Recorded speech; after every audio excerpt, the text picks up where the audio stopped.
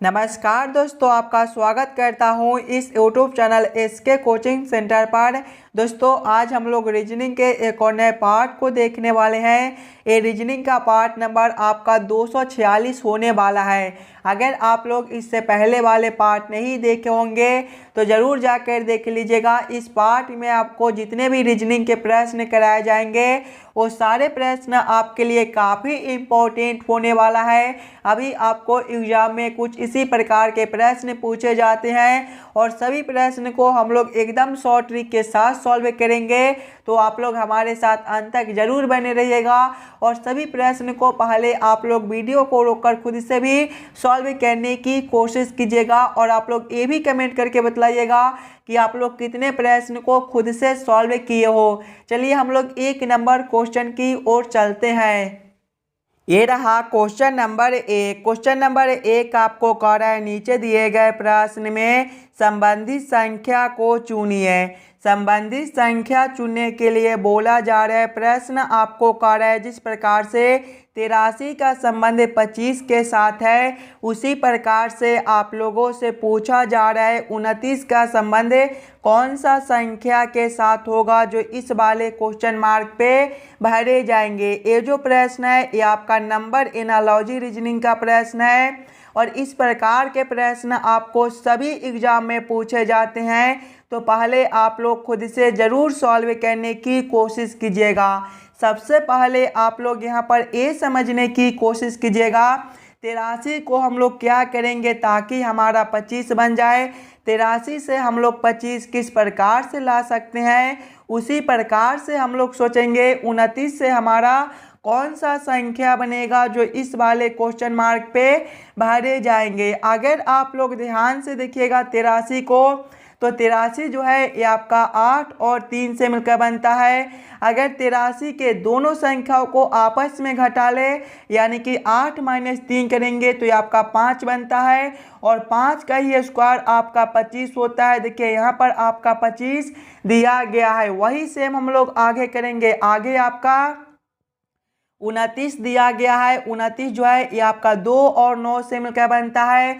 इसके भी दोनों संख्याओं को आपस में घटा लेंगे यानी कि 2 - 9 करेंगे तो ये जो है ये आपका -7 बनता है।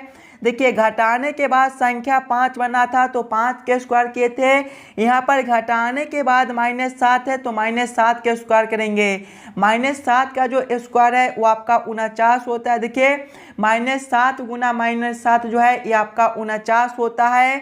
49 आपका ऑप्शन नंबर सी में दिया गया है जो कि आपका सही उत्तर हो जाएगा। इस वाले क्वेश्चन मार्क पे आपका 49 भरा जाएगा। क्लियर है। चलिए अगले प्रश्न की ओर हम लोग चलेंगे, क्वेश्चन नंबर 2 की ओर। ये रहा क्वेश्चन नंबर 2। क्वेश्चन नंबर 2 आपको कह रहा है नीचे दिए गए प्रश्न में संबंधित शब्द को चुनिए। इस बार आपको संबंधित शब्द चुनने के लिए बोला जा रहा है प्रश्न आपको कह रहा है जिस प्रकार से वायु का संबंध पक्षी के साथ है उसी प्रकार से आप लोगों से पूछा जा रहा है पानी का संबंध कौन सा शब्द के साथ होगा जो इस वाले क्वेश्चन मार्क पे भरे जाएंगे। एकदम आसान सा प्रश्न है। सबसे पहले आप लोग यहाँ पर ये समझने की कोशिश कीजिएगा वायु से आपका पक्षी किस प्रकार से लिखा हुआ है। वायु से पक्षी आपका किस प्रकार से संबंधित है उसी प्रकार से आप लोग सोचिएगा पानी से आपका कौन सा शब्द बनेगा। ध्यान से देखिएगा तो वायु में जो है वो पक्षी उड़ती हैं उसी प्रकार से पानी में जो है वो मछली तैरती है। मछली आपका कौन सा ऑप्शन में दिया गया है, मछली आपका ऑप्शन नंबर ए में दिया गया है जो कि आपका सही उत्तर बनता है। चलिए अगले प्रश्न की ओर हम लोग चलेंगे, क्वेश्चन नंबर 3 की ओर। ये रहा क्वेश्चन नंबर 3। क्वेश्चन नंबर 3 आपको कह रहा है नीचे दिए गए प्रश्न में लुप्त संख्या ज्ञात करें। इस बार आपको लुप्त संख्या निकालने के लिए बोला जा रहा है। ये जो प्रश्न है ये आपका मिसिंग नंबर से रिलेटेड प्रश्न है। यहाँ पर आपका एक क्वेश्चन मार्क है। इस वाले क्वेश्चन मार्क पे आपका कौन सा संख्या भरा जाएगा, ये आप लोगों से पूछ रहा है। दोस्तों जब भी आपको इस प्रकार के मिसिंग नंबर से रिलेटेड प्रश्न देखने को मिले तो ऐसे प्रश्न को आप लोग सामने सामने देखिएगा। यानी कि यहाँ पर आपका 7 से 343 किस प्रकार से लिखा हुआ है, 4 से आपका 64 किस प्रकार से लिखा हुआ है, उसी प्रकार से हम लोग सोचेंगे 11 से हमारा कौन सा संख्या बनेगा जो इस वाले क्वेश्चन मार्क पे भरे जाएंगे। अगर आप लोग ध्यान से देखिएगा तो 4 से आपका 64 है, 4 की पावर 3 जो है ये आपका 64 होता है। उसी प्रकार से आगे देखिएगा तो 7 से आपका 343 है, 7 के पावर 3 जो है ये आपका 343 होता है। वही सेम हम लोग आगे करेंगे। संख्या 11 है तो 11 के पावर 3 कर देंगे। देखिए 11 के पावर 3 जो है ये आपका 1331 होता है। आप लोग याद भी कर लीजिएगा 11 के पावर 3 आपका 1331 होता है। यानी कि इस वाले क्वेश्चन मार्क पे आपका 1331 भरा जाएगा। 1331 आपका ऑप्शन नंबर बी में दिया गया है जो कि आपका सही उत्तर बनता है। चलिए अगले प्रश्न की ओर हम लोग चलेंगे, क्वेश्चन नंबर 4 की ओर। ये रहा क्वेश्चन नंबर 4। क्वेश्चन नंबर 4 आपको कह रहा है नीचे दिए गए श्रृंखला को पूरा करें। इस बार आपको श्रृंखला सीरीज से रिलेटेड प्रश्न दिया गया है। एक श्रृंखला सीरीज दिया हुआ है और यहाँ पर क्वेश्चन मार्क है। इस वाले क्वेश्चन मार्क पे आपका कौन सा संख्या भरा जाएगा ये आप लोगों से पूछ रहा है। ये भी प्रश्न आपके आने वाले आगामी सभी परीक्षाओं के लिए काफ़ी इम्पोर्टेंट प्रश्न है। तो पहले आप लोग वीडियो को रोककर खुद से ज़रूर सॉल्व करने की कोशिश कीजिएगा। अभी आपको एग्जाम में कुछ इसी प्रकार के रीजनिंग के प्रश्न पूछे जाते हैं तो आप लोग खुद से ज़रूर सॉल्व कीजिएगा। अगर आप लोग यहाँ पर खुद से सॉल्व कीजिएगा तभी जाकर इस प्रकार के प्रश्न को आप लोग एग्जाम में आसानी के साथ सॉल्व कर पाइएगा। जब भी आपको इस प्रकार के श्रृंखला सीरीज से रिलेटेड प्रश्न देखने को मिले तो सबसे पहले आप लोग श्रृंखला सीरीज को ध्यान से देखिएगा। श्रृंखला सीरीज को देखिएगा तो पहले आपका 2 दिया गया है, 2 के आगे आपका 3 दिया हुआ है, 3 के आगे आपका 8 है, 8 के आगे आपका 27 है, 27 के आगे आपका क्वेश्चन मार्क है। अगर आप लोग ध्यान से देखिएगा इस वाले श्रृंखला सीरीज को तो ये जो श्रृंखला है ये आपका ऊपर की ओर बढ़ रहा है। और जब भी आपको इस प्रकार के श्रृंखला देखने को मिले तो सबसे पहले आप लोग यहाँ पर ये समझने की कोशिश कीजिएगा यहाँ पर आपका 2 से 3 किस प्रकार से लिखा हुआ है, 3 से 8 किस प्रकार से लिखा हुआ है, 8 से 27 किस प्रकार से लिखा हुआ है। उसी प्रकार से हम लोग सोचेंगे अगला संख्या हमारा कौन सा बनेगा। देखिए 2 से 3 है, यहाँ पर देखिएगा तो आपका गुना 1 प्लस 1 है, 2 गुना 1 आपका 2 और 2 प्लस 1 आपका 3 होता है। आगे देखिएगा 3 से आपका 8 है, यहाँ पर आपका गुना 2 प्लस 2 है, 3 गुना 2 आपका 6 और 6 प्लस 2 आपका 8 होता है। आगे देखिएगा 8 से आपका 27 है, यहाँ पर आपका गुना 3 प्लस 3 है, 8 गुना 3 आपका 24 और 24 प्लस 3 आपका 27 होता है। आगे देखिएगा क्वेश्चन मार्क है, ध्यान से देखिएगा गुना 1 प्लस 1 गुना 2 प्लस 2 गुना 3 प्लस 3 यानी कि अगला जो है वो आपका गुना 4 प्लस 4 हो जाएगा। 27 गुना 4 जो है ये आपका 108 होता है। 108 प्लस 4 आपका 112 बनेगा। 112 आपका ऑप्शन नंबर सी में दिया गया है जो कि आपका सही उत्तर हो जाएगा। इस वाले क्वेश्चन मार्क पे आपका 112 भरा जाएगा। क्लियर है। चलिए अगले प्रश्न की ओर हम लोग चलेंगे, क्वेश्चन नंबर 5 की ओर। ये रहा क्वेश्चन नंबर 5। क्वेश्चन नंबर 5 जो है ये आपका वेन आरेख वेन डायग्राम से रिलेटेड प्रश्न है। बाघ, सिंह और जानवर का किस प्रकार से वेन आरेख वेन डायग्राम बनेगा ये आप लोगों से पूछ रहा है। सबसे पहले आप लोग यहाँ पर ये समझने की कोशिश कीजिएगा बाघ, सिंह और जानवर में कौन शब्द किसके साथ संबंधित है, किसके अंदर हम लोग किसको रख सकते हैं। अगर आप लोग ध्यान से देखिएगा तो बाघ और सिंह भी आपके जानवर ही होते हैं, यानी कि जानवर के अंदर जो है वो आपके सिंह और बाघ दोनों हो जाएंगे। यानी कि सबसे पहले हम लोग जानवर के लिए एक गोला बना लेंगे और जानवर के अंदर जो है वो आपका बाघ और सिंह दोनों हो जाएगा। और बाघ और सिंह आपका अलग अलग जानवर है, यानी कि ये दोनों आपके जानवर के अंदर हो जाएंगे लेकिन दोनों अलग अलग हो जाएंगे। कुछ इस प्रकार से इसका वेन आरेख वेन डायग्राम बनेगा। इस प्रकार का वेन आरेख वेन डायग्राम आपका ऑप्शन नंबर डी में दिया गया है, जो कि आपका सही उत्तर बनता है। चलिए अगले प्रश्न की ओर हम लोग चलेंगे, क्वेश्चन नंबर 6 की ओर। ये रहा क्वेश्चन नंबर 6। क्वेश्चन नंबर 6 आपको कह रहा है उन सभी लोगों की संख्या ज्ञात कीजिए जो तमिल और तेलुगु बोल सकते हैं। यहाँ पर आपका देखिएगा तो एक आकृति दिया गया है। इस वाले आकृति से आप लोगों को ये निकालने के लिए बोला जा रहा है कि तमिल और तेलुगु कौन कौन बोल सकते हैं। सबसे पहले आप लोग आकृति को ध्यान से देखिएगा और समझने की कोशिश कीजिएगा। ध्यान से देखिएगा अगर आप लोग तो देखिए तेलुगु बोलने वाले के लिए आकृति आपका यहाँ से लेकर यहाँ तक बनता है और तमिल बोलने वाले के लिए आकृति आपका यहाँ से लेकर यहाँ तक बनता है और अंग्रेजी बोलने वाले के लिए आकृति आपका यहाँ से लेकर यहाँ तक बनता है। आप लोगों से क्या पूछा जा रहा है?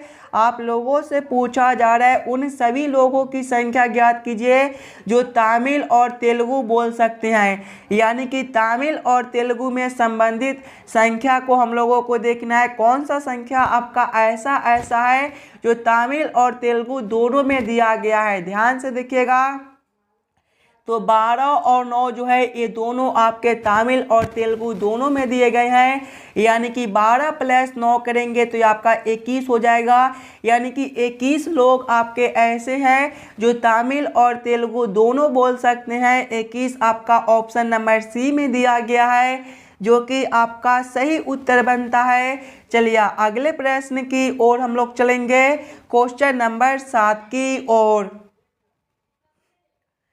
ये रहा क्वेश्चन नंबर 7। क्वेश्चन नंबर 7 आपको कह रहा है नीचे दिए गए निम्नलिखित शब्दों का सही क्रम बताएं। बुनाई, रुई, कपड़ा और धागा का किस प्रकार से सही क्रम बनता है, ये आप लोगों से पूछ रहा है। ये भी प्रश्न आपके लिए इम्पोर्टेंट प्रश्न है। तो सबसे पहले आप लोग सभी शब्दों को ध्यान से देखिएगा और समझने की कोशिश कीजिएगा ये सभी शब्दों का किस प्रकार से सही क्रम बनता है। अगर आप लोग ध्यान से देखिएगा तो ये सभी शब्द में जो है पहले शब्द आपके रुई हो जाएंगे, यानी कि 2 नंबर रुई के बाद जो है वो आपका धागा आ जाएगा। यानी कि 4 नंबर धागा के बाद जो है वो आपका बुनाई हो जाएगा।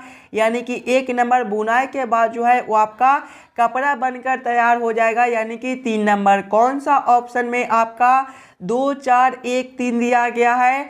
ध्यान से देखिएगा ऑप्शन नंबर ए में तो 2, 4, 1, 3 दिया गया है।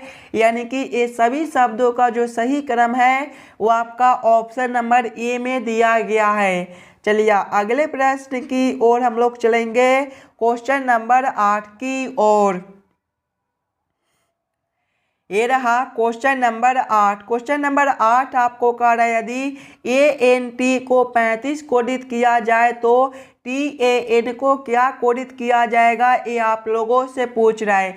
ये जो प्रश्न है एकदम आसान सा प्रश्न है, थोड़ा सा दिमाग लगाइएगा तो इस वाले प्रश्न को आप लोग एकदम आसानी के साथ सॉल्व कर पाइएगा। सबसे पहले आप लोग यहाँ पर ये समझने की कोशिश कीजिएगा ANT से आपका 35 किस प्रकार से लिखा हुआ है। ANT को हम लोग क्या करेंगे ताकि हमारा 35 बन जाए, उसी प्रकार से हम लोग सोचेंगे TAN से हमारा क्या कोड बनेगा। ध्यान से देखिएगा तो पहले आपका ANT दिया गया है। अगर हम लोग ANT के सभी अक्षर को ABCD के क्रमानुसार लिखते हैं तो ये जो है ABCD के क्रम में पहले नंबर पर होता है। एन आपका 14वें नंबर पर होता है और टी आपका 20वें नंबर पर होता है। सभी को आपस में जोड़कर देखिएगा तो 1 + 14 आपका 15 और 15 + 20 जो है ये आपका 35 होता है। देखिए 35 आपका यहाँ पर दिया गया है, यानी कि इसी प्रकार से इस वाले प्रश्न को हम लोग सॉल्व कर सकते हैं। तो वही सेम हम लोग आगे करेंगे। आगे आपका TAN दिया गया है, ध्यान से देखिएगा। आगे आपका TAN है, इसके भी सभी अक्षर को पहले हम लोग ABCD के क्रमानुसार लिखेंगे।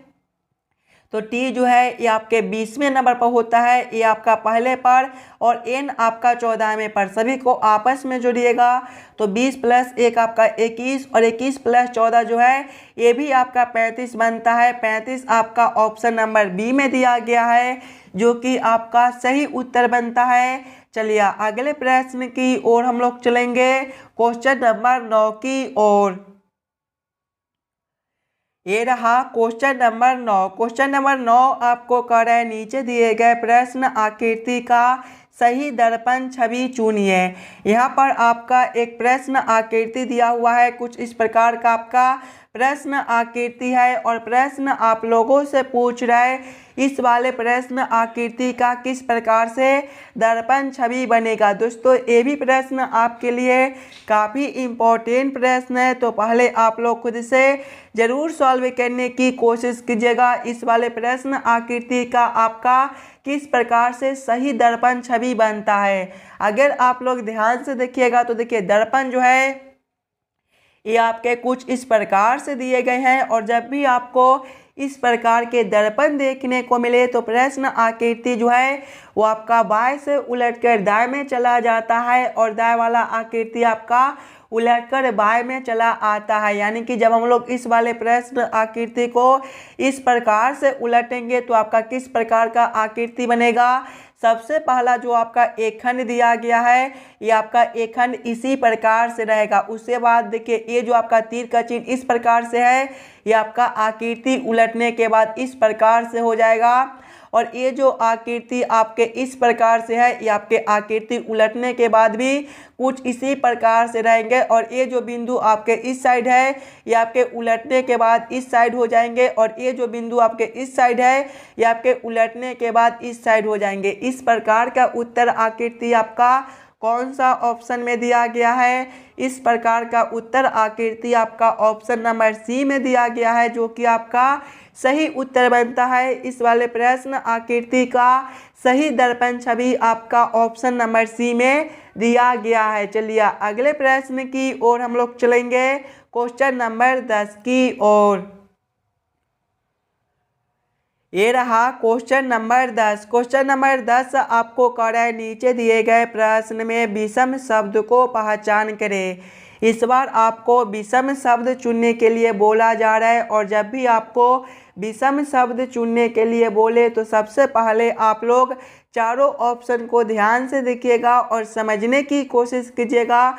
ये चारों ऑप्शन में आपका सबसे अलग ऑप्शन कौन सा दिया गया है। जो ऑप्शन आपका अलग बनेगा वही ऑप्शन आपका सही उत्तर भी हो जाएगा। ऑप्शन ए में देखिएगा तो सरीसृप से आपका छिपकली दिया गया है, ध्यान से देखिएगा। तो सरीसृप के अंतर्गत आपका छिपकली होता है। ऑप्शन बी में देखिएगा तो स्तनपायी से आपका हिरण दिया गया है, स्तनपायी के अंदर जो है वो आपका हिरण आता है। ऑप्शन सी में देखिएगा तो स्तनपायी से हाथी दिया गया है, स्तनपायी के अंदर जो है वो आपका हाथी भी होता है। ऑप्शन डी में देखिएगा तो कीर्तक के अंदर जो है वो आपका खरगोश दिया गया है। यहाँ पर ध्यान से देखिएगा तो खरगोश भी जो है वो आपका स्तनपायी के अंदर आता है, लेकिन यहाँ पर आपका कीर्तक दिया गया है, यानी कि ये जो ऑप्शन है ये आपका सबसे अलग बनता है। तो क्वेश्चन नंबर 10 का आपका ऑप्शन नंबर डी जो है सही उत्तर हो जाएगा। चलिए अगले प्रश्न की ओर हम लोग चलेंगे, क्वेश्चन नंबर 11 की ओर। ये रहा क्वेश्चन नंबर 11। क्वेश्चन नंबर 11 जो है ये आपका कथन और निष्कर्ष से रिलेटेड प्रश्न है, और ये भी प्रश्न आपके लिए काफ़ी इम्पोर्टेंट प्रश्न है। तो पहले आप लोग खुद से ज़रूर सॉल्व करने की कोशिश कीजिएगा। अगर आप लोग यहाँ पर खुद से सॉल्व कीजिएगा, तभी जाकर इस प्रकार के प्रश्न को आप लोग एग्जाम में आसानी के साथ सॉल्व कर पाइएगा।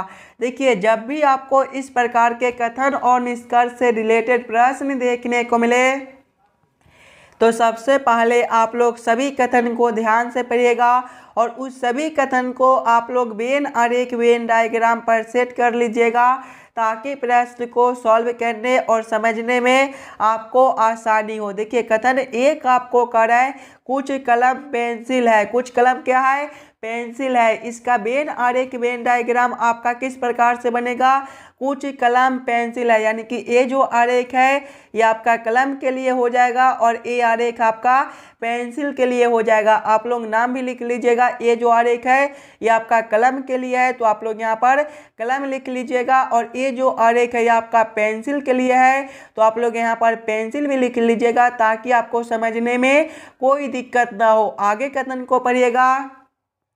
कथन 2 आपको कह रहा है सभी पेंसिल रबर है।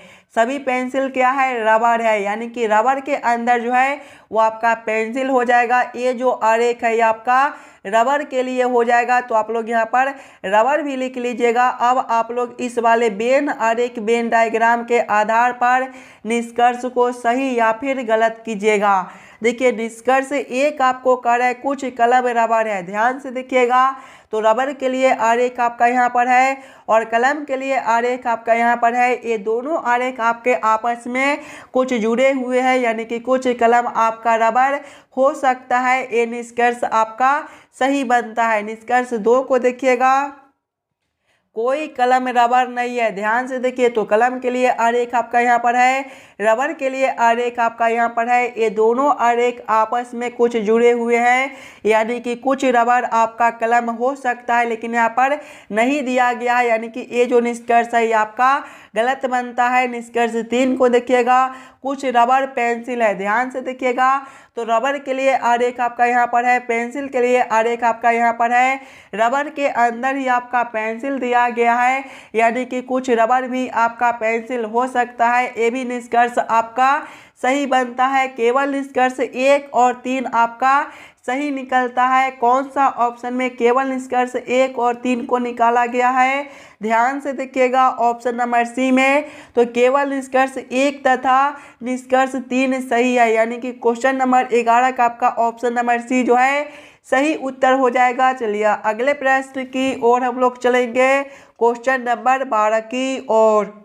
ये रहा क्वेश्चन नंबर 12। क्वेश्चन नंबर 12 आपको कह रहा है ए बी का पुत्र है, बी और सी बहनें हैं, ई सी की माता है। यदि डी ई का पुत्र है तो निम्नलिखित में से कौन सा कथन सही है, ये आप लोगों से पूछ रहा है। सबसे पहले आप लोग प्रश्न को ध्यान से पढ़िएगा और समझने की कोशिश कीजिएगा प्रश्न आपको क्या कह रहा है। ये जो प्रश्न है ये आपका ब्लड रिलेशन से रिलेटेड प्रश्न है और ये भी प्रश्न आपके लिए काफ़ी इम्पोर्टेंट प्रश्न है।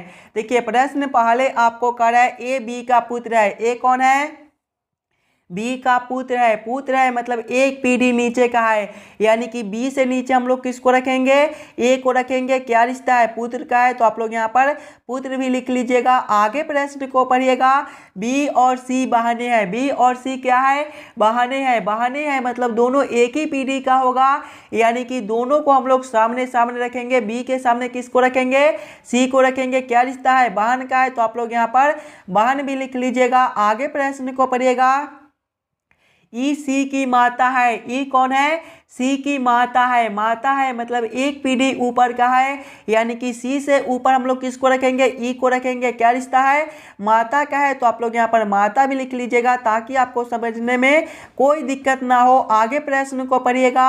आगे प्रश्न आपको कह रहा है यदि डी ई का पुत्र है। डी कौन है, ई का पुत्र है। पुत्र है मतलब एक पीढ़ी नीचे का है, यानी कि ई से नीचे हम लोग किसको रखेंगे, डी को रखेंगे। डी ई का पुत्र है तो निम्नलिखित में से कौन सा कथन सही है। देखिए, कथन एक आपको कर है डी ए का मामा है। यहाँ पर देखिएगा तो डी आपका यहाँ पर है और ए आपका यहाँ पर है।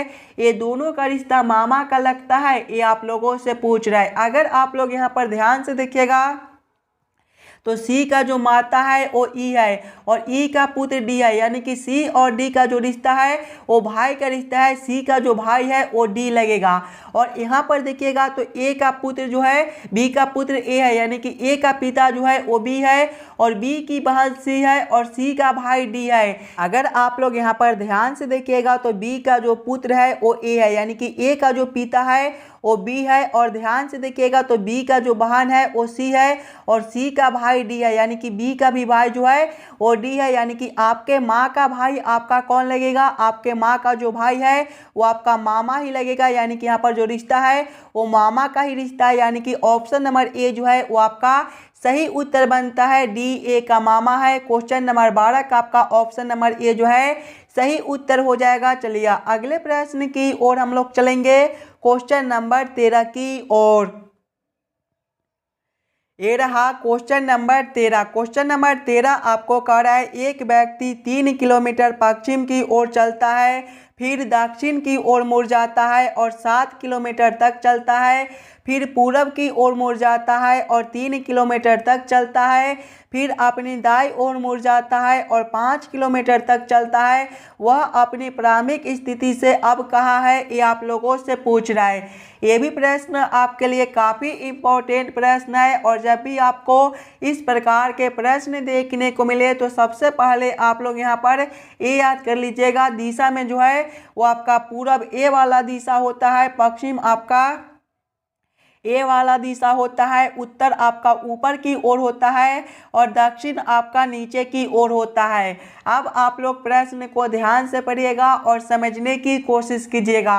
देखिए प्रश्न पहले आपको कह रहा है एक व्यक्ति 3 किलोमीटर पश्चिम की ओर चलता है। देखिए पश्चिम आपका ए वाला दिशा, यानी कि पहले व्यक्ति ए वाला दिशा में 3 किलोमीटर चलता है। आगे प्रश्न को पढ़िएगा, फिर दक्षिण की ओर मुड़ जाता है और 7 किलोमीटर चलता है।